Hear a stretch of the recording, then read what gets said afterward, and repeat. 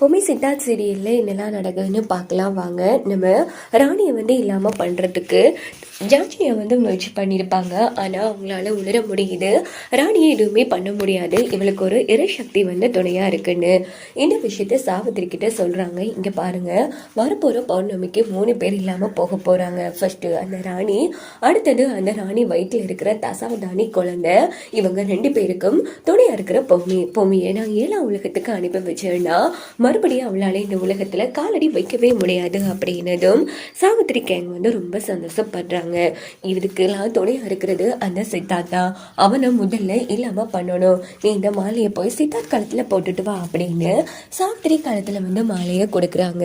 ஏன்னா சாவித்திரி ராணி சித்தார்த்துக்கு தெரியாமலேயே தூங்கிட்டு இருக்கும்போது சித்தார்த் காலத்துல மாலையை போட்டுட்டு அங்க இருந்து எஸ்கேப் ஆகி நேரா ஜான்சினியாட்ட சொல்றாங்க, நீ சொன்ன மாதிரி நான் மாலையை போட்டுட்டேன்னு.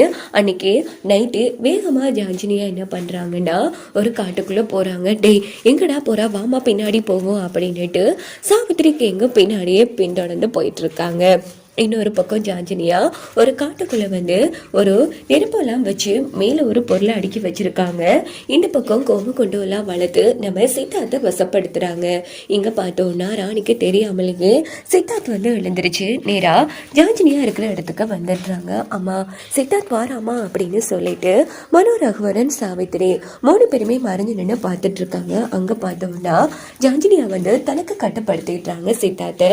என்ன பார்த்துட்டு இருக்க, போய் அந்த இதுல படு அப்படின்னு சொன்னதும் எரிச்சிட்டு இருக்கிற நெருப்புக்கு மேல ஒரு பொருளை அடுக்கி வச்சிருக்காங்க. அதுக்கு மேல போய் சித்தார்த் படுத்துடுறாங்க. இதை பார்த்து சாவித்திரிக்கு, ஆமா இங்க பாருமா அந்த ஜான்சினியா சித்தார்த்தா அவ கட்டுப்பாட்டுக்குள்ள கொண்டு வந்துட்டா அப்படின்னதும், ஆமாடா இவன் கதை முடிய போகுது, இந்த கண்கொள்ளா காட்சியை பாக்குறதுக்கு எனக்கு எவ்வளவு சந்தோஷமா இருக்கு தெரியுமாமா அப்படின்னு சொல்லி மனோரகுவர் எல்லாம் ரொம்ப ஹாப்பியா இருந்துட்டு இருக்காங்க. இன்னொரு பக்கம் பார்த்தோம்னா நம்ம ஜான்சினியா விடாம பூஜை பண்ணிட்டே இருக்காங்க. கொஞ்சம் கொஞ்சமா நெருப்பு பிடிக்க ஆரம்பிக்குது.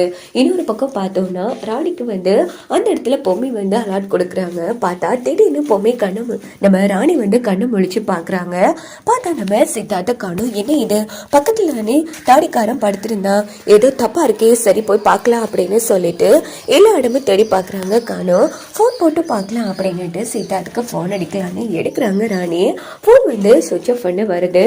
உடனே ராணி பாக்குறாங்க. திடீர்னு தான் ராணியோட போன்ல ஒரு வீடியோ வருது.